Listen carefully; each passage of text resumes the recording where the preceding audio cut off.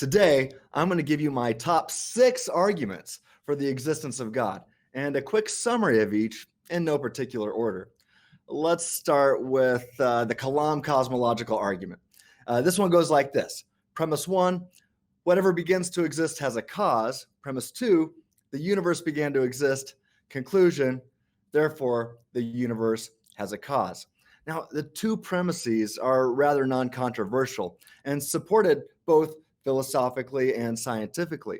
Moreover, the argument says nothing about the existence of God. However, once one begins to understand exactly what is meant by the universe, then one quickly sees how this argument reaches conclusions with theistic implications. This is because the universe is typically described as the space-time universe and or all nature, space, and time. With that in mind, think about this. If all nature began to exist, then whatever caused all nature must be something other than nature. This is exactly what philosophers refer to as supernatural. If space began to exist, then the cause of all space had to exist apart from space. This means that the cause of the universe is immaterial, since matter can't exist apart from space, and thus it's a non-physical kind of thing. Perhaps it should be described as a spiritual substance. Now, if time began to exist, then whatever caused moments to begin passing or the clock to start ticking had to have been in a timeless state where moments are not passing and the clock is not ticking. But this means that whatever caused time must have existed in a timeless state. But if the cause of time is timeless, then this means that the cause of time is eternal, without beginning, because beginnings require time.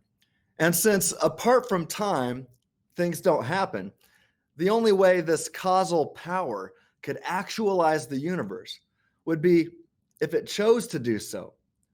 That is to say, it had to be a free will kind of choice. That means that the cause of the universe possesses a volition and libertarian freedom. And since persons are the only kinds of things with this kind of freedom to choose, we can decipher that the cause of the universe is a personal being. So after thinking logically about an argument which is supported scientifically, we seem to be left with an enormously powerful, supernatural, immaterial, eternal, volitional, and personal cause of the universe. This sounds exactly like God, but I haven't touched a single Bible verse, have I? That should get your attention. Anyway, for more on the Kalam cosmological argument, click here. That brings us to the next argument, the moral argument. It goes like this. Premise 1, if God does not exist, then objective moral values and duties do not exist. Premise 2, objective moral values and duties do exist. 3, conclusion, therefore, God exists. If the first two premises of this deductive syllogism are true, then the conclusion must be true. So the question is raised, why think the premises are true? Well, think about it. If God does not exist, then humanity was not created on purpose or for a specific purpose. If that's the case, then humans are a mere accident of nature, and there is no objective standard, a standard that would be true apart from human opinion, in which humans ought to approximate. We'd be nothing more than dust in the wind. If that's the case, then you're entitled to your subjective opinion, and Hitler is equally entitled to his. Well, that doesn't seem right, does it? However, if God exists, then everything changes. This is because if God created humanity on purpose and for a specific purpose, then there would be objective facts about humanity, irrespective of the subjective opinions from humanity. These objective facts would include moral facts, how we ought to live and how we ought to treat each other. It follows that if Hitler was really wrong in an objective sense and violated the law above the law as expressed at the Nuremberg trials, then God exists. Moreover, if racism is really wrong, as opposed to mere personal opinion, then God exists. If kidnapping, rape, and murder are all objectively wrong, no matter what anyone subjectively thinks to the contrary, then God exists.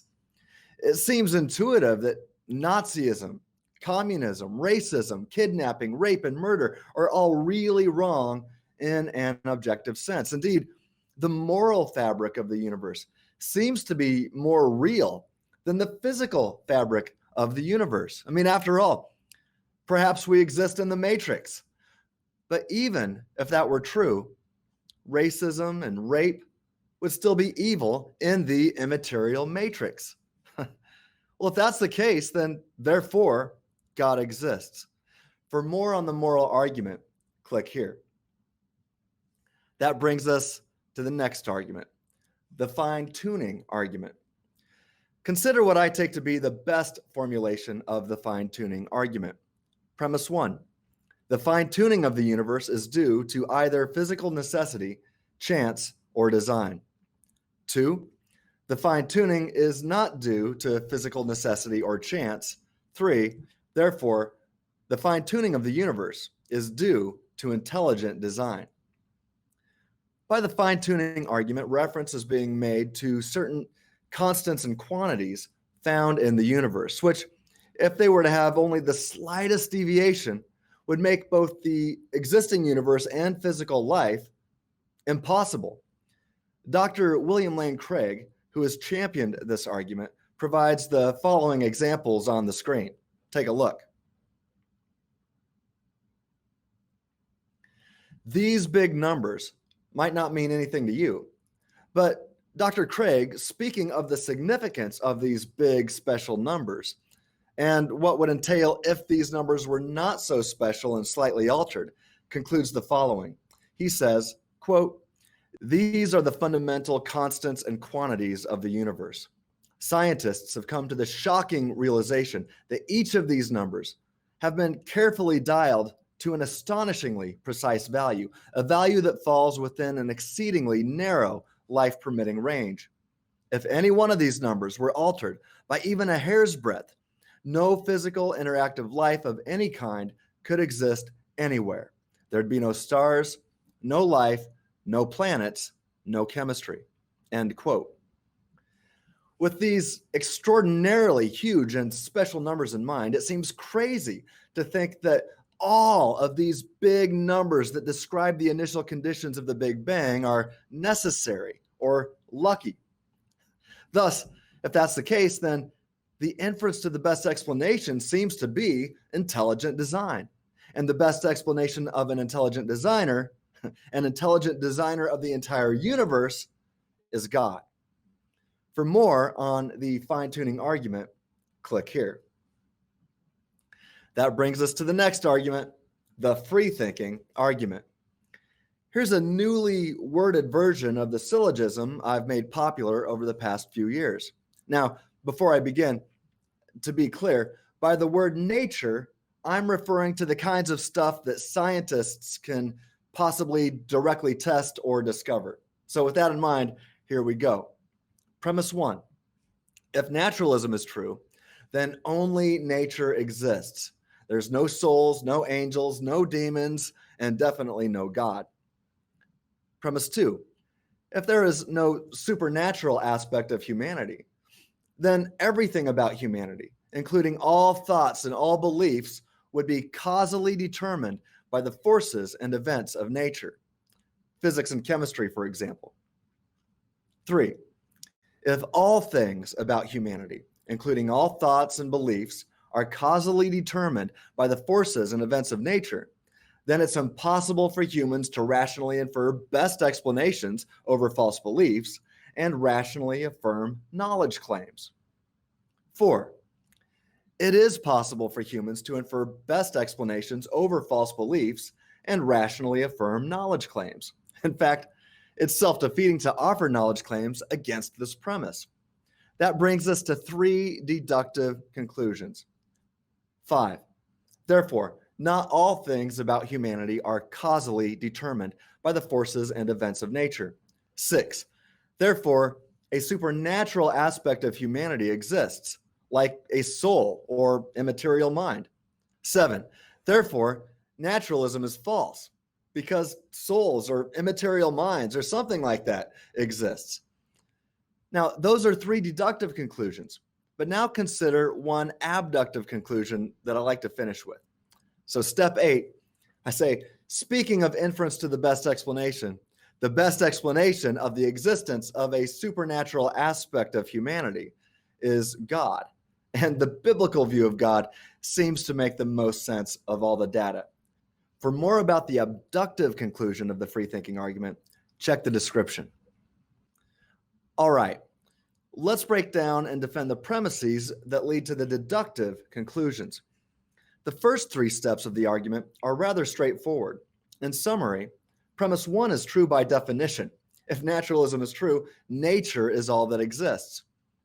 Premise 2 is tantamount to, if all that exists is nature, then everything about humanity is causally determined by the forces of nature, the initial conditions of the Big Bang, and perhaps some quantum events, all of which are outside of human control. Premise 3 expresses the fact that if all things are causally determined, then that includes all thoughts, beliefs, evaluations, and judgments. If all of a person's thoughts and beliefs, evaluations, and judgments are always forced upon her, and she had no opportunity to be more careful and choose better thoughts, beliefs, evaluations, or judgments, then she's simply left assuming that her determined thoughts, beliefs, evaluations, and judgments are good, and that her beliefs are true. Talk about begging the question. Now, given the fallacious nature of this response, one holding this view could never rationally affirm that her beliefs really are the inference to the best explanation.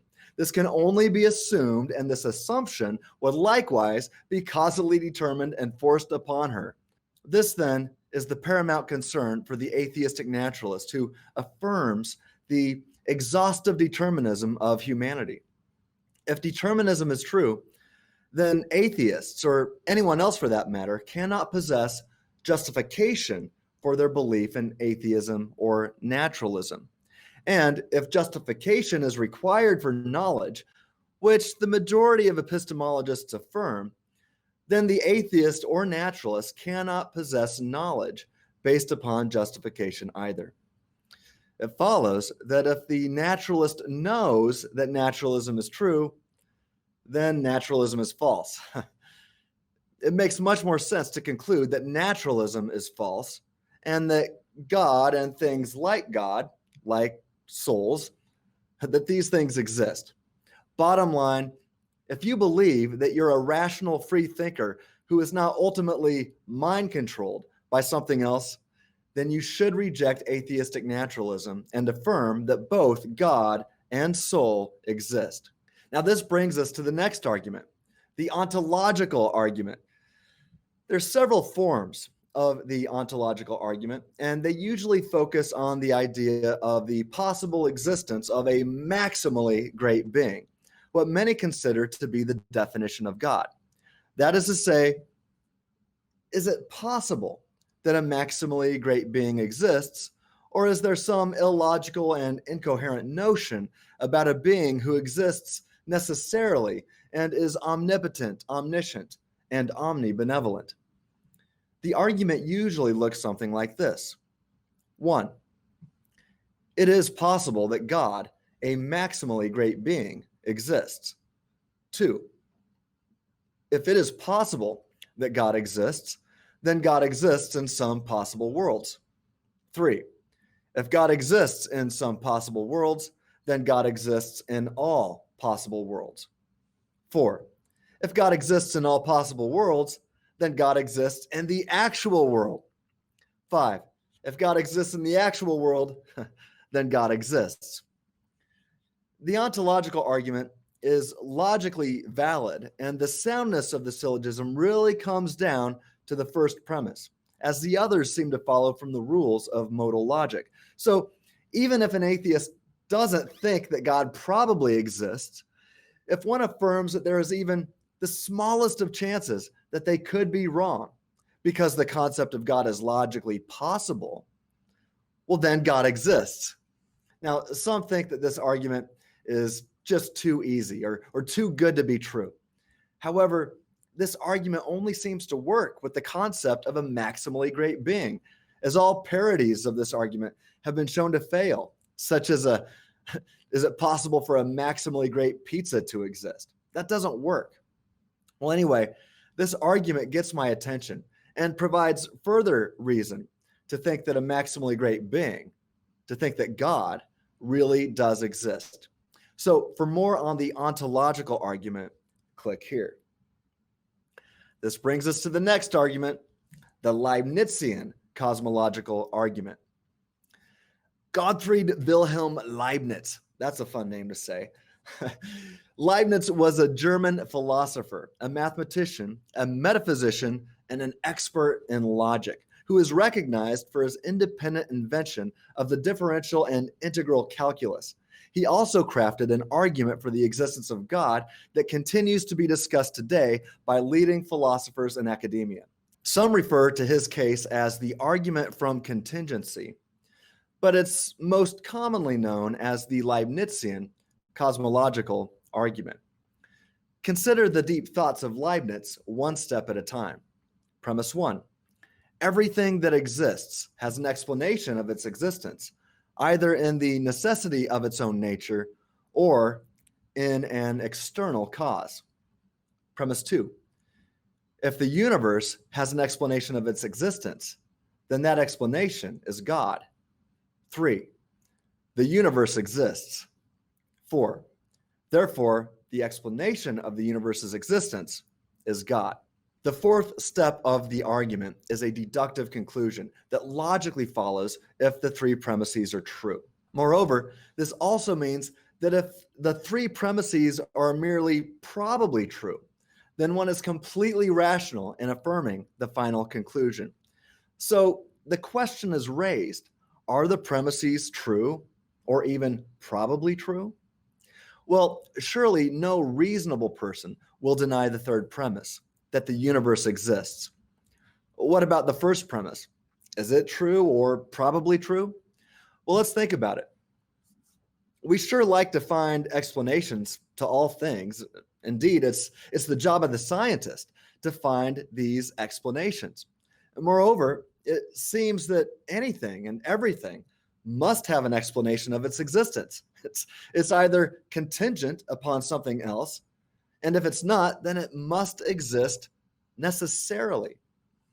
Well, with that said, the universe sure seems to be a contingent type of thing. Indeed, most scientists would affirm that the universe doesn't have to exist. After all, if Big Bang cosmology is true, then the universe has not always existed, and anything that has ever failed to exist, or even could fail to exist, is necessarily not necessary. Now, some committed atheists contend that while this is true of everything else, well, the universe is different. Yeah, that's the ticket. They go on to deny the first premise by saying things like, the universe just exists without an explanation, and there's no explanation needed. But this commits what is known as the taxi cab fallacy. You don't want to do that. This is a logical error, and it occurs when one hops in the taxi cab, so to speak, and assumes a certain worldview, attempting to make particular points, but then jumps out of the system of thought when it goes against a certain presupposition that they blindly support. This is not good reason to reject the premise. So it all comes down to the second premise. But why think that if the universe has an explanation of its existence, that this explanation must be God? Well, it's because the universe is everything, nature, time, and space, including all nature, time, and space. This means that all nature is contingent upon something supernatural.